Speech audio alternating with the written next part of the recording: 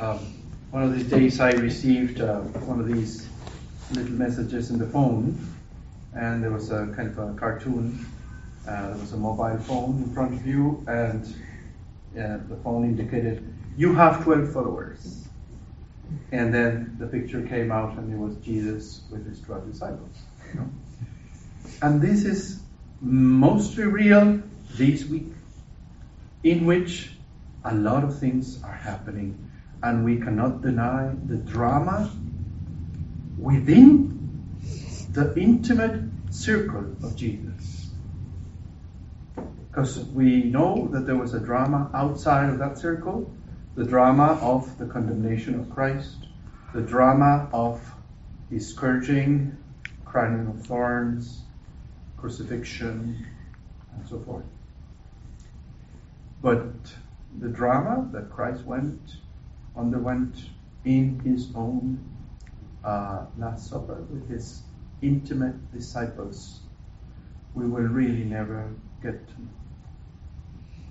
The drama that one of them that have been intimate with him, that have been personally chosen by him, betrayed.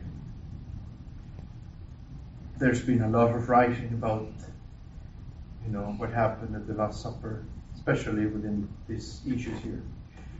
There are beautiful things happening, and then there's also a lot of drama happening. Now, I think that to find out why, if we compare the sins, so to speak, of Judas Iscariot and Peter, we could compare both sins. They were both betrayals to the Lord. Both did. Now, to be able to find out why Judas didn't come back to Jesus as Peter did. Because as we know, Peter repented and went back to the Lord and said that he was sorry. Especially St. John chapter 21.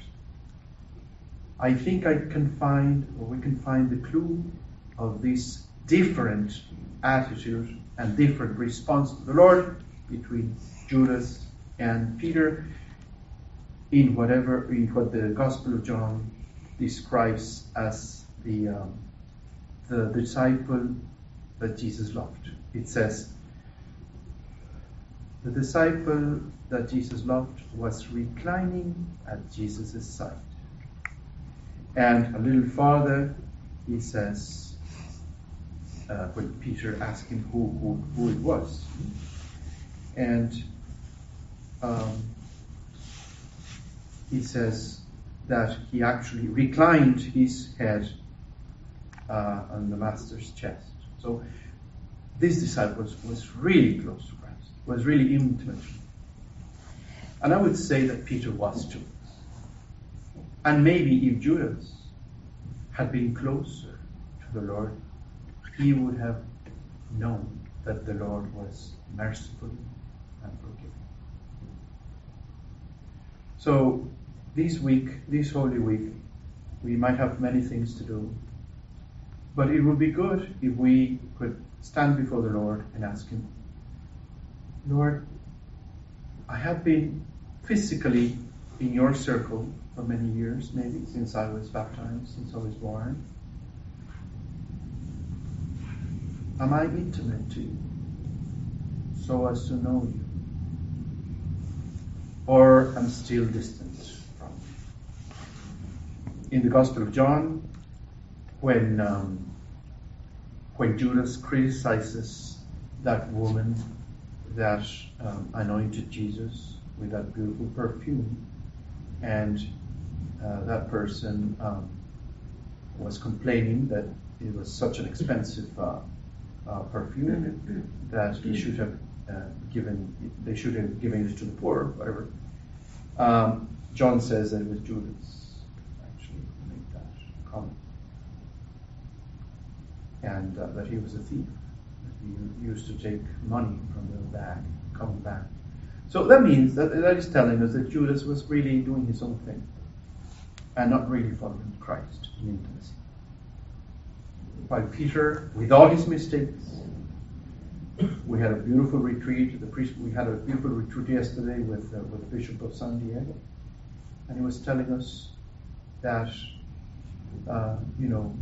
it's consoling for everybody to know that the Lord chose a sinner to be the head of His church.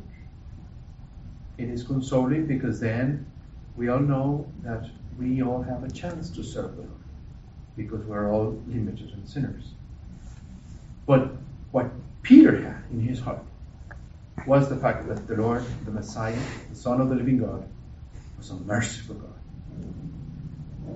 Let us try to live this week close to Christ and see His mercy outpoured in everything He did for us this week, especially outpoured from the cross.